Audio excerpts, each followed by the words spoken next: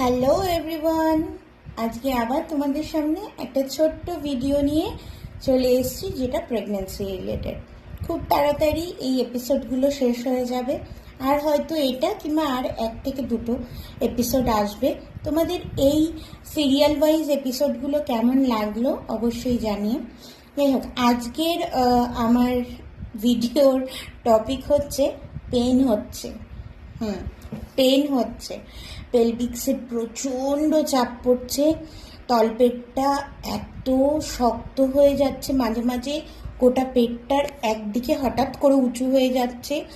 পেটের মধ্যে হাত বোলালে মনে হচ্ছে যে একটা ছোট গুটির মতো মনে হচ্ছে, মানে বাইরে থেকে দেখে মনে হবে যে উমা ভেতরে কি কোনো গুটি ফুটি হয়েছে কিংবা টিউমার ফিউমার হয়ে গেছে। তারপরে একটু সেটা লে ডাউন করলেই সেটা ওখান থেকে গায়েব হয়ে যাচ্ছে।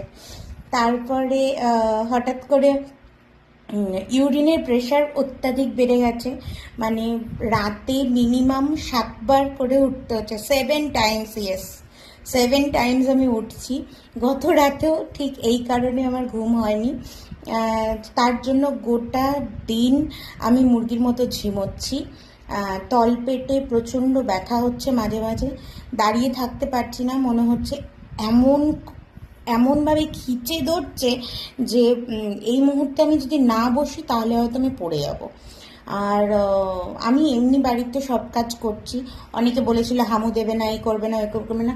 আমি কোনো রকম কোনো রেস্ট্রিকশন মানিনি, আমি সমস্ত কিছু করেছি, সব কাজ করেছি, হামু দিয়েছি, উঠেছি, বসেছি, ভারী জিনিসও টুকটাক তুলেছি। আমি সেইভাবে কিছু রেস্ট্রিকশন মানিনি। যাই হোক, যেটা আমি বুঝতে পারছি যে মনে হয় বেবির হেড ডাউন হয়ে গেছে। বেবি হেড ডাউন করার ফলে ওপরের দিকটা আমার যথেষ্ট ফাঁকা ফাঁকা লাগছে, শুলে অবশ্যই, শোয়ার পরে ফাঁকা ফাঁকা লাগছে, কিন্তু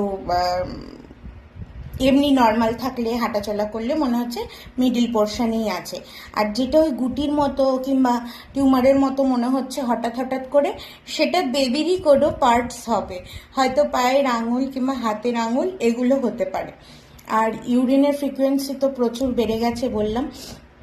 আমার অলরেডি 9 মান্থস শুরু হয়ে গেছে, আর 9 মান্থসের স্বাদ হয়ে গেছে। এখানে বন্ধু বান্ধবী দিদিরা এসছিল, তারাই এসে সমস্ত কিছু করেছে।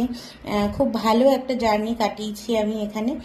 আর কুণ্ডুবাবু একটু টাইম কম দিতে পেরেছে, মানে টাইম বেশি দিতে পারেনি আর কি, সেটার একটা ক্রাইসিস ছিল।